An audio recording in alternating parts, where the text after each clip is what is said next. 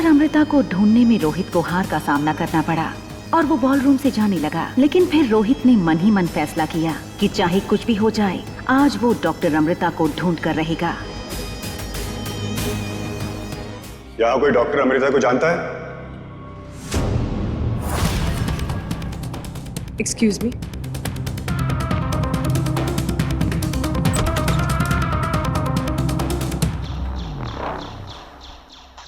रोहित के presidential suite में Sunny tablet पर गेम खेल रहा था। सनी की टीम हार रही थी। सभी प्लेयर्स मैसेज पर एक ही चीज लिख रहे थे, sweet angel come back and save us. तभी स्वीट एंजल की एंट्री हुई। स्वीट एंजल ने सनी के लिए मैसेज भेजा, तुम लोग मुझे बस फॉलो करो। चलो चलो सब फॉलो करो, चलो चलो चलो। सनी ने भी वही करना शुरू किया। स्वीट एंजल का गेम कुछ ऐसा था कि मानो कोई इंसान नहीं, कंप्यूटर खेल रहा हो। चलो चलो चलो चलो। Yes yes yes! सनी, जो पहले से स्वीट एंजल का फैन था, उसके लिए ये बहुत बड़ी बात थी। आज उसे मौका मिला था स्वीट एंजल के साथ पार्टनर बनकर गेम खेलने का। सनी ने स्वीट एंजल को गेम पर पर्सनल मैसेज किया, I am a big fan of you. क्या मैं आपके बारे में ज्यादा जान सकता हूँ? क्या मैं आपसे मिल सकता हूँ please? If you want to meet me, you have to come to Manali. Manali? ये मनाली में रहती है क्या? कि आप मजाक तो नहीं कर रही? I stay in Manali too. Sunny को आज अपने लक पर भरोसा नहीं हो रहा था। स्वीट एंजल का मैसेज आया। इस मैसेज के बाद सनी की सांसें रुक गईं। Okay, come to Hotel Paradise International. Paradise? क्या हम प्लीज मिल सकते हैं? आज तक आपको किसी ने नहीं देखा। कम से कम प्लीज एक पिक तो भेज दीजिए। स्क्रीन पर जो सनी ने देखा, वो अपनी आने वाली जिंदगी में कभी नहीं भूलने वाला था। Sweet angel the famous internet gamer और कोई नहीं, हमेशा शांत रहने वाला उसका भतीजा आर्यन मारवा था।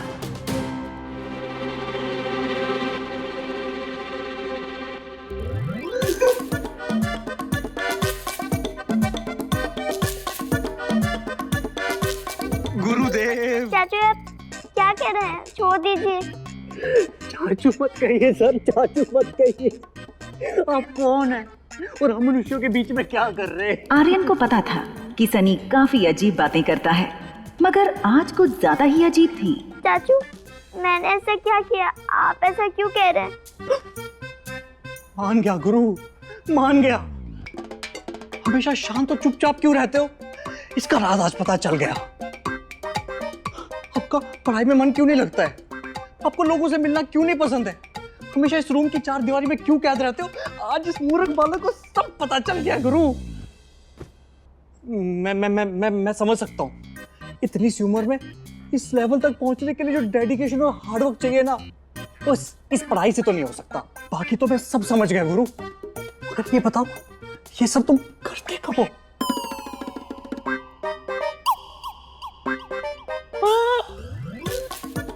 मैं समझ गया, मैं सब समझ गया।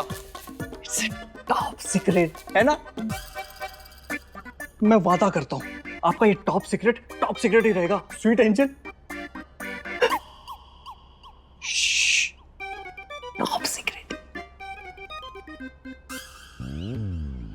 आर्यन ही स्वीट एंजल है। ये बात सोच सोच कर सनी खुश हो रहा था, लेकिन वो इस बात से अनजान था कि स्वीट एंजल आर्यन नहीं, रिया है। देखो, हो तो आप, मेरा मतलब तुम मेरे भतीजे ही, लेकिन अगर इस बात का भैया को पता चल गया ना, तो हमारे साथ पता नहीं क्या होना है। लेकिन तब भी मैं तुम्हारा हर कदम पे साथ दूंगा। ये चाचू को हो क्या गया?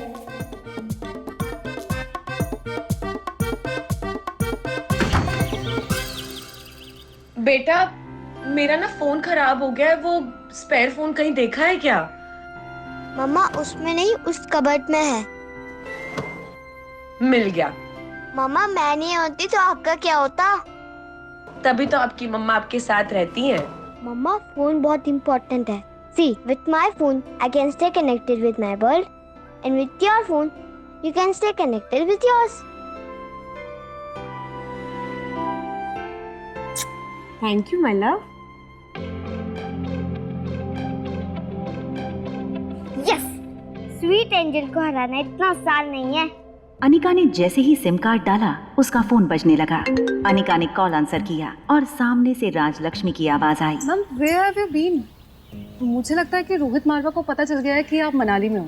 बॉल रूम में अनिका को इस बात पर शौक तो लगा था जब रोहित ने लोगों से डॉक्टर अमृता के बारे में पूछा था। यहाँ कोई डॉक्टर अमृता को जानता है? अनिका सोचने लगी कि रोहित को कैसे पता चला कि डॉक्टर अमृता मनाली में है। मैम, आई एम श्योर वो आपको ट्रेस कर रहे हैं। Ma'am please be careful. Anika और राजलक्ष्मी की बात चल रही थी, तभी कॉल वेटिंग पर अनिका के पापा गौतम गुलेरिया का फोन आया।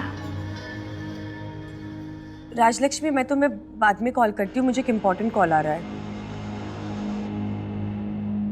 हेलो। मैं नहीं जानता कि तुम्हें इस बात से कोई फर्क पड़ता भी है कि नहीं, मगर मेरी बहन ज्योति ने बचपन में तुम्हारा बहुत ख्याल रखा है। बस इसीलिए सोचा कि कम से कम एक बार तुम्हें इन्फॉर्म कर दूं that she is critical. Life care hospital में एडमिट है वो। टाइम बहुत कम है उसके पास। अनिका की मां की गुजर जाने के बाद एक ज्योति बुआ ही थी जिसने अनिका को अपना समझा था। बचपन में ज्योति बुआ के साथ गुजारी सारी यादें एक पल में अनिका की आंखों के सामने आ गईं। तभी ज्योति बुआ की बेटी प्रीति का फोन आया। अनिका ने बिना देरी के फोन उठाया। हेलो प्रीति। मम्मी को बचा लो दीदी, प्लीज बचा लो। वो डॉक्टर्स कह रहे हैं कि क्या कहा? क्या कहा उन लोगों ने? देखो प्रीति, तुम टेंशन मत लो, मैं हूं ना, मैं आ रही हूँ, मैं सब ठीक कर दूंगी, आई प्रॉमिस।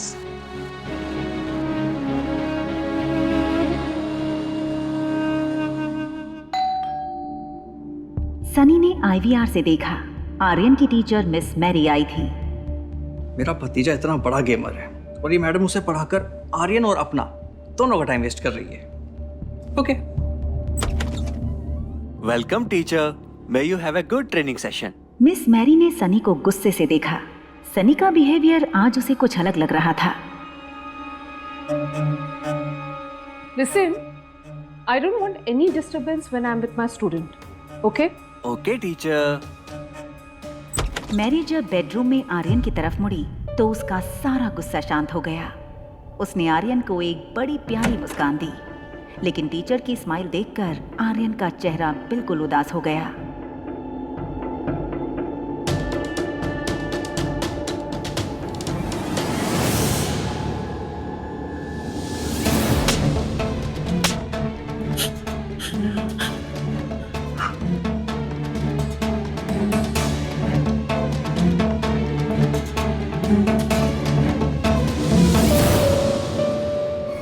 तुम जानते हो मैं तुम्हें पहले से ही सजा क्यों दे देती हूँ? क्योंकि मैं जानती हूँ कि तुम बिना कोई गलती किए रह ही नहीं सकते। इसलिए ये थी आज की एडवांस सजा। अपना होमवर्क लेकर आओ। वर्कशीट चेक करती हुई मैरी ने धीरे धीरे अपने एक्सप्रेशंस बदलने शुरू किए। What is this, Aryan? What is this? तुम एक काम ठीक से नहीं कर सकते? तुम्हें हिस्ट्री का होमवर्क दिया था और तुम मैथ्स के प्रॉब्लम सॉल्व करके लेके आ गए। तुमसे ज्यादा बेवकूफ लड़का मैंने आज तक नहीं देखा। मिस मैरी इसी तरह आर्यन को रोज मेंटली टॉर्चर करती थी, जिस बात से रोहित अनजान था। तुम्हारी उम्र के बच्चे तो बहुत स्मार्ट और इंटेलिजेंट होते हैं। तुम बेशक 6 साल के हो, लेकिन तुम्हारा IQ किसी 2 साल के बच्चे से भी कम है। तुम अपने परिवार पे एक बोझ हो।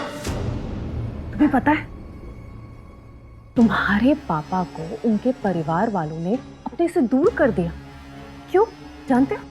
क्योंकि सबको इस बात की शर्म है कि मारवा खानदान का वारिस एक पागल है। पागल। तुम्हें पिछले स्कूल से भी सिर्फ इसीलिए निकाला गया था क्योंकि तुम एक पागल हो। मिस मैरी ने अचानक ही अपना मूड बदल दिया और आर्यन के चेहरे पर हाथ फेर कर बोली, देखो, मैं तो तुम्हारी टीचर हूँ। मेरा काम है तुम्हें अच्छी एजुकेशन देना। चलो जाओ, मैथ्स की बुक लेकर आओ। आज मैथ्स पढ़ेंगे। जाओ जाओ हो।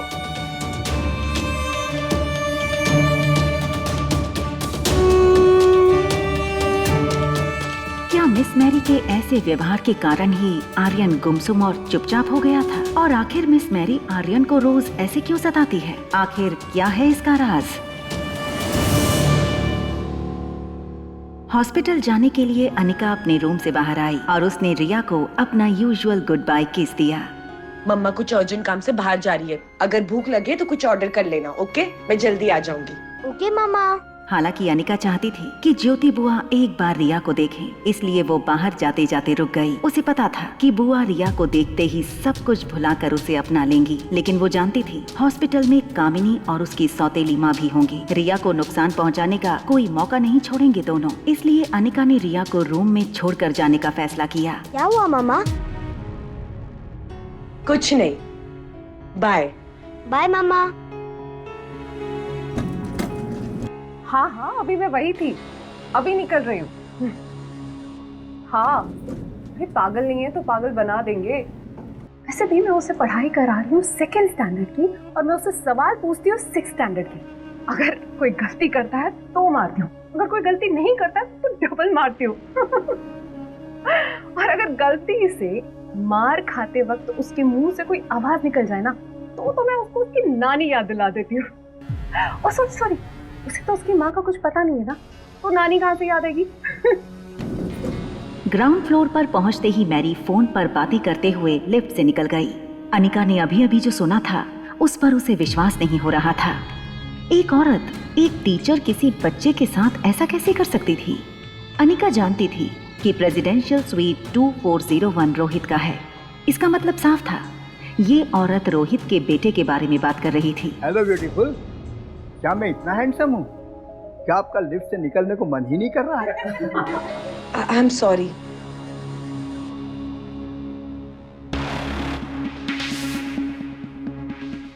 होटल लॉबी में अनिका ने देखा रोहित मारवा कुछ फॉरेन डेलीगेट्स के साथ कॉन्फ्रेंस रूम की ओर जा रहा था।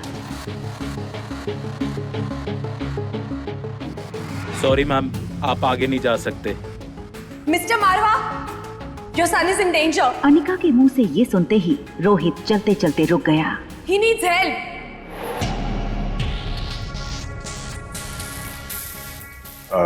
You guys carry on, I'll join you. Sure.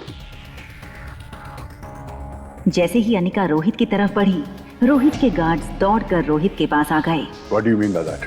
Anika guards को देखने लगी। गार्ड्स के सामने ये सारी बातें रोहित को बतानी चाहिए या नहीं, ये सोचने लगी। अगर कोई गलती करता है तो मारती हूँ, अगर कोई गलती नहीं करता है तो डबल मारती हूँ। अनिका के पास कोई प्रूफ नहीं था, लेकिन इस वक्त अनिका को खुद की सेफ्टी से ज्यादा बच्चे की सेफ्टी की फिक्र थी। आपका बेटा मुसीबत में है and he needs your help. आप कहना क्या चाहते हैं? साफ साफ कहिए। देखिए, आपके बेटे की ट्यूशन टीचर ने आपके बेटे को मेंटल टॉर्चर दे रही है, जिससे उसका मेंटल स्टेट खराब हो सकता है। कभी कभार बच्चे बातों को ना बहुत सीरियसली ले जाते हैं। हमारा एक कहा हुआ झूठ उनके लिए। एक्सक्यूज मी, आप जानती हैं आप क्या कह रही हैं? जानती हूँ, आपके बेटे को आपकी जरूरत है, और ये बात मैं आपको पब्लिकली कहना नहीं चाह रही थी, but you left me with no option.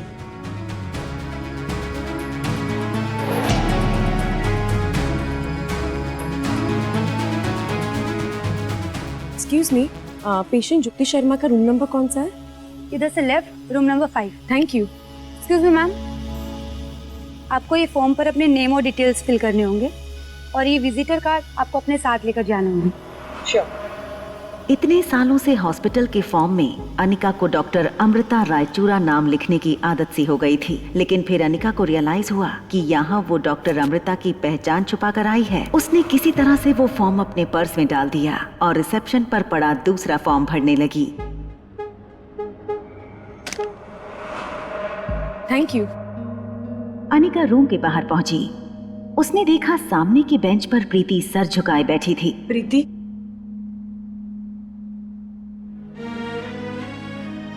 शांत हो जाओ प्रीति, बुआ को कुछ नहीं होगा, मैं हूं ना।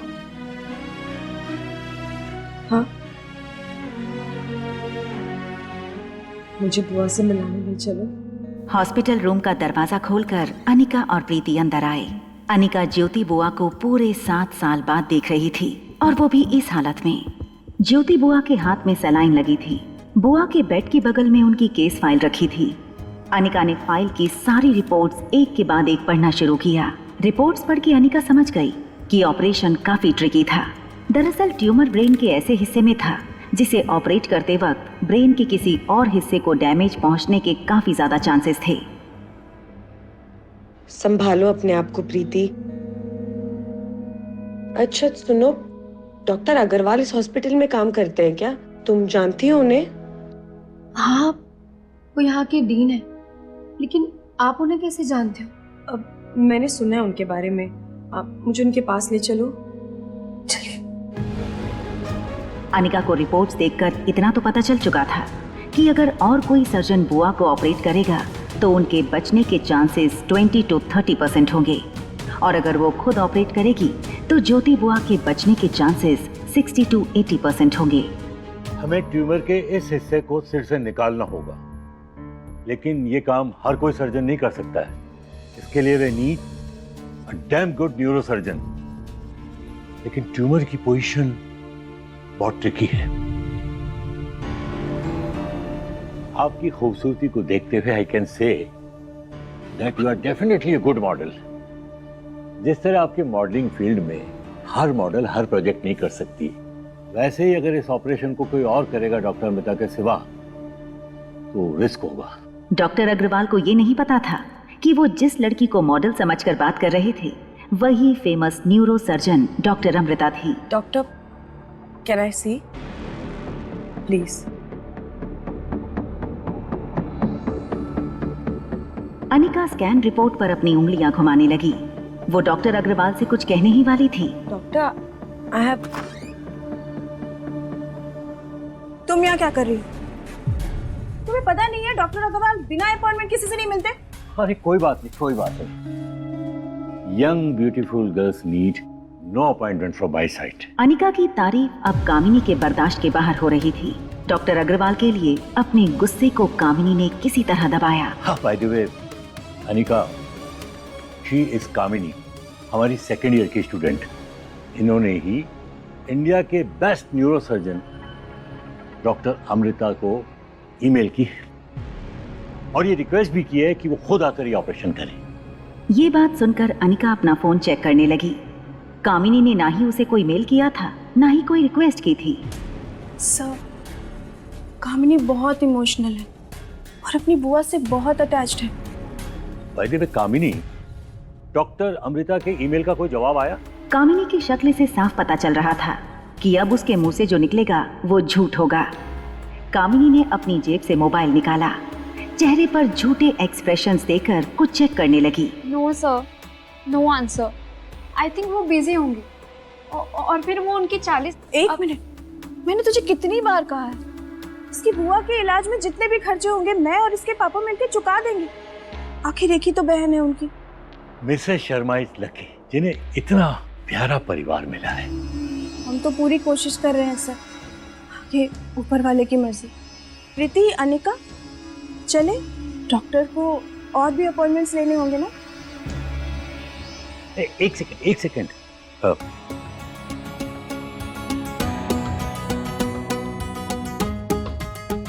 ये मेरा मोबाइल नंबर है, पर्सनल नंबर। आपको जब भी कोई हेल्प चाहिए तो यू कैन कॉल मी और मैसेज मी। Thank you. हाँ, वैसे आप फिल्मों में काम करती हैं या सीरियस में? सर, ये कोई मॉडल या एक्ट्रेस नहीं है, ये बस एक स्कूल ड्रॉप आउट है।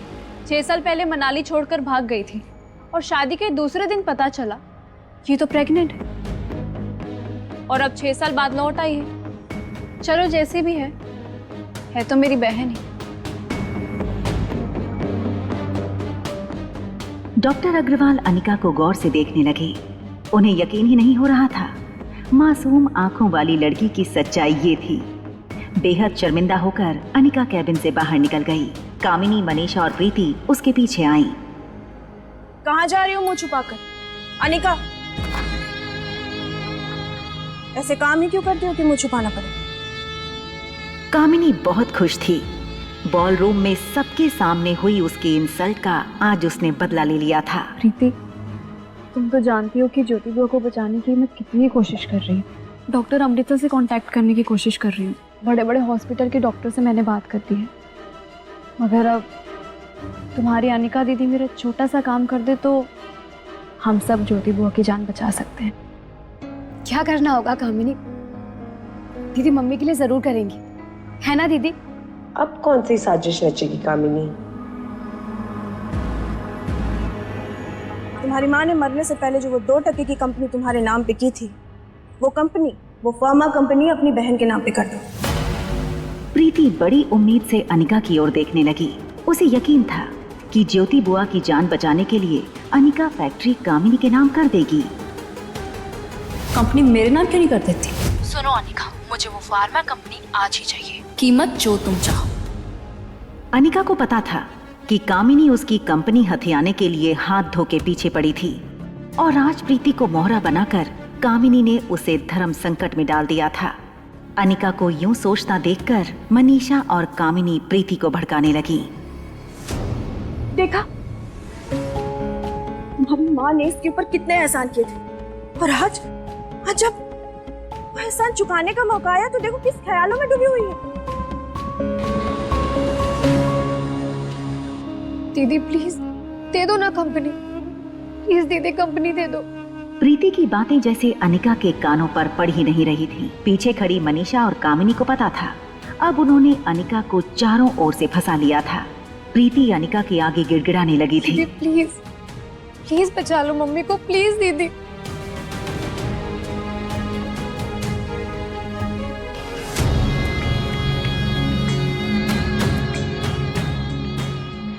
अनिका का ये रूप देखकर प्रीति का रोना थम गया। प्रीति को लग रहा था कि अनिका के लिए फार्मा कंपनी ज्योति बुआ की जान से भी ज्यादा प्यारी है। क्या अनिका ज्योति बुआ की जान बचाने के लिए डॉक्टर अमृता बनकर उनका इलाज कर पाएगी? क्या ये सच सबके सामने आ जाएगा कि अनिका ही डॉक्टर अमृता है?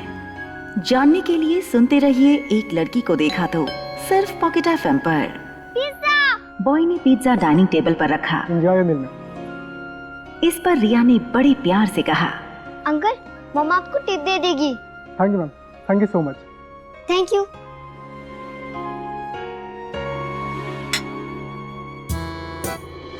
ठीक आधे घंटे बाद हम लॉबी में मिलते हैं पिज्जा खाने के लिए।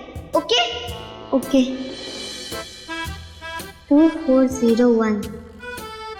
रिया अपने नए दोस्त से मिलने के उत्साह में उसके स्वीट रूम के बाहर पहुंची, लेकिन हाथ में पिज्जा का प्लेट होने के कारण डोरबेल बजाना उसके लिए संभव नहीं था। इसलिए वो अपने पाँव से दरवाजे को किक करने लगी। थोड़ी देर किक करने के बाद धीरे से दरवाजा खुला। दरवाजा खुलते ही रिया अचंभित हो गई और उसकी आंखें खुली की खुली रह गईं, क्योंकि दरवाजा आर्यन ने खोला था, जो हूबहू रिया के जैसा दिखता था। रिया को अपनी आंखों पर विश्वास नहीं हो रहा था। इसलिए उसने आर्यन को छू कर देखा। Same to same. आगे की कहानी जानने के लिए देखें अगला एपिसोड सिर्फ पॉकेट FM के YouTube चैनल पर। और एक लड़की को देखा तो के सारे एपिसोड को सुनने के लिए डिस्क्रिप्शन में दी गई लिंक से डाउनलोड करें पॉकेट FM ऐप।